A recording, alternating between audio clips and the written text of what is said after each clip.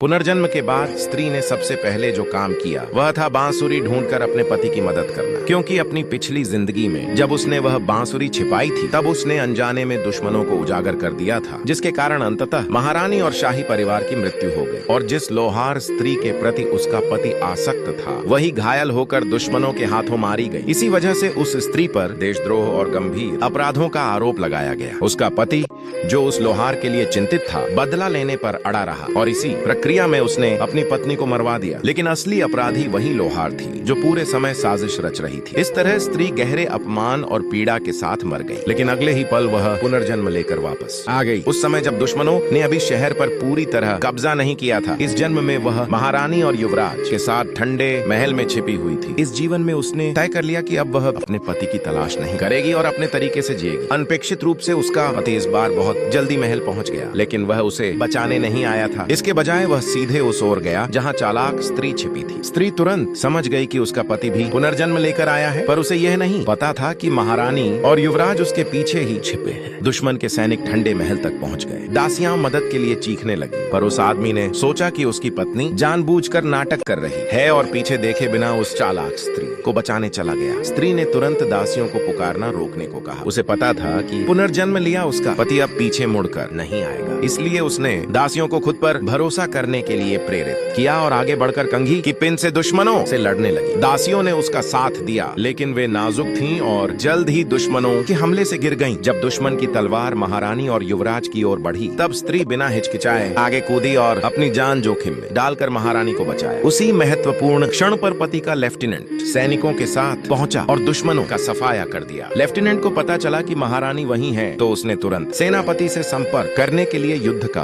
बिगुल बजाया, लेकिन बहुत देर तक इंतजार करने के बाद भी वह आदमी नहीं लौटा। महारानी क्रोधित हो गई। लेफ्टिनेंट घबराकर बोला कि शायद सेनापति सम्राट को बचाने गए होंगे, लेकिन वास्तव में वह उस चालाक स्त्री को ले जाने चला गया था। दुश्मनों ने आग लगाना शुरू कर दिया। स्त्री ने लेफ्टिनेंट को आदेश दिया कि वह पहले महारानी और युवराज को सुरक्षित बाहर ले जाए और खुद संकरी गली से दुश्मनों का ध्यान भटकाने निकल पड़ी। लेकिन बाहर निकलते ही उसका सामना अपने पति से हो गया, जो उस चालाक स्त्री को साथ लिए हुए था। उस स्त्री के झूठे घाव देखकर वह आदमी स्तब्ध रह गया। चालाक स्त्री ने तुरंत झूठे आरोप लगाने शुरू कर दिए, यह दिखाते हुए कि इसी महिला ने बिगुल बजाकर सेना को खतरे में डाला और शायद लेफ्टिनेंट भी अब देश के लिए मर चुका है। यह सुनकर स्त्री टूट गई और उससे पहले कि वह कुछ समझा पाती उसका पति उस पर टूट पड़ा। उसने उसे दोषी ठहराया कि उसी के कारण न केवल लेफ्टिनेंट घायल हुआ बल्कि उसका 7 महीने का बच्चा भी चला गया। शारीरिक और मानसिक आघात सहते सहते वह बेहोश हो गई। जब वह जागी तो उसने खुद को महारानी के महल में पाया। तब तक विद्रोह दबा दिया गया था।